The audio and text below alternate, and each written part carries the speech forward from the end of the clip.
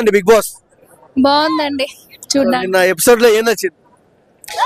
నాకు నిన్న ఎపిసోడ్ లో ఏది నచ్చలేదు బ్రో, ఎందుకంటే దివ్య తనుజ మీద వచ్చేసింది కదా, కొంచెం బాలే. అంటే మీరు తనుజ ఫ్యానా దివ్య ఫ్యానా? తనుజ ఎందుకు తనుజ?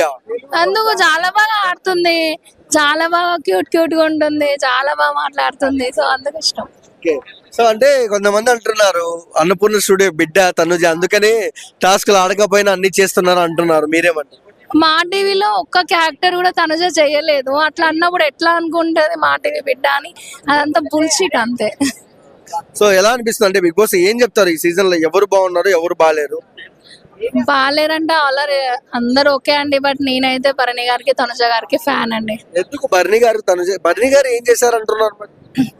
ఏం చేయడం, గేమ్ ఆడారు లాస్ట్ వీక్, మీరు చూడలేరా ఎపిసోడ్? ఎంతో బాగా ఆడారు, మొత్తం తన హెల్త్ కూడా పట్టించుకోకుండా ఆడాడు. సో అందులో ఇమాన్యుయల్ కూడా ఉన్నాడు, డెమోన్ పవన్ ఉన్నాడు, పవన్ కళ్యాణ్ ఉన్నాడు, వీళ్ళు టాప్ కంటెస్టెంట్స్.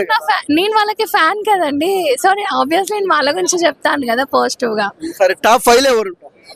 ఇమాన్యుయల్, భరణి గారు, తనుజ, సుమన్ శెట్టి, పవన్ కళ్యాణ్. రీతు చౌదరి గురించి చెప్పలేదు మీరు. నాకు అస్సలు నచ్చదండి. ఎందుకు? దాన్ని నచ్చదు అంతే, తన క్యారెక్టర్. కెప్టెన్ ఆవిడే తెలుసా మీకు? అయింది ఆల్రెడీ ఈ వీక్ అయింది ఆవిడే. అవును అయింది, అంటే దాని ఎఫెక్ట్స్ పెట్టి అయింది, కానీ నన్ను మాత్రం లోపల నుంచి కానికపోతుండే. ఓకే. సో ఈ వీక్ ఎలిమినేషన్ ఎవరైతే బాగుంటుంది?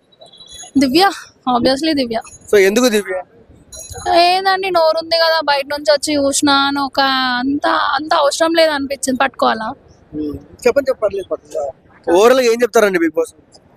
ఏం చెప్తానండి, బాగుంది చూడొచ్చు, బట్ కొంచెం డెమో ఉంది, రీతుది కొంచెం వాళ్ళిద్దరిదే నెగిటివ్ అనిపిస్తుంది, మిగతా అంతా ఆల్ గుడ్.